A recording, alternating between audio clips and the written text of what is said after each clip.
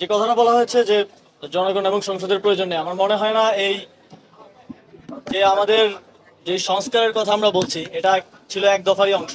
যে ফ্যাসিবাদী ব্যবস্থার বিলোপ এক দফার যেই শেষ অংশটা। আমরা তো শেখ হাসিনা সরকারের পতন হয়েছে অভ্যুত্থানের মধ্য দিয়ে, কিন্তু অভ্যুত্থানের এক দফার যেই মূল অংশ ফ্যাসিবাদী ব্যবস্থার বিলোপ, সেই ব্যবস্থার বিলোপের জন্য যেই সংস্কারগুলো অত্যাবশ্যকীয় সেগুলো করার উদ্যোগ নেওয়া হয়েছে এবং এটা জনগণের ম্যান্ডেটের ভিত্তিতেই হয়েছে। জনগণ তো নির্বাচনের জন্য কিংবা ক্ষমতার পালাবদলের জন্য অভ্যুত্থানে আসেনি। যদি আসতো সেটা 7ই জানুয়ারি নির্বাচনের আগেই আসতো বলে আমি মনে করি। তো এই অভ্যুত্থান হয়েছে স্পষ্টভাবে এই ফ্যাসিবাদী ব্যবস্থার বিলোপের মধ্য দিয়ে জন্য।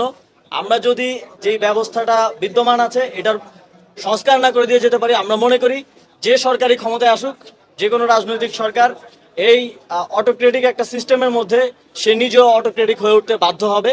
তো সে কারণে আমরা মনে করি এই সংস্কারটা অত্যাবশ্যকীয় এবং দেশের জনগণ যেভাবে দেশকে গড়তে চাইবে, দেশ পুনর্গঠনের সংস্কারের যেই প্রস্তাবনা মানুষের মধ্য থেকে উঠে আসবে সেটার বাস্তবায়ন করাটাই আমাদের দায়িত্ব হবে। এবং রাজনৈতিক দলের ব্যাপারে যেই রিউমার বা কথাবার্তা শোনা যাচ্ছে বা অনেকেই শুনতে চাচ্ছে আমাদের থেকেও, এটা আমরা এর আগেও স্পষ্টভাবে বলেছি, এখনই রাজনৈতিক দল খোলার কোনো অভিপ্রায় আমাদের নেই।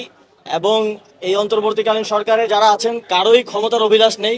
আপনারা জানেন সবারই যার যার পেশাগত জীবন আছে এবং সবাই সেখানে ফিরে যেতে চায়, কিন্তু দেশের মানুষ একটি অভ্যুত্থানের মধ্য দিয়ে যে দায়িত্বটাই অন্তর্বর্তীকালীন সরকারকে দিয়েছে সেটি যথাযথভাবে পালন করে মানুষের সেই আশা আকাঙ্ক্ষার প্রতিফলন ঘটিয়ে একটি নির্বাচনের মাধ্যমে একটি গণতান্ত্রিক সরকারের হাতে ক্ষমতা হস্তান্তর করাই আমাদের লক্ষ্য।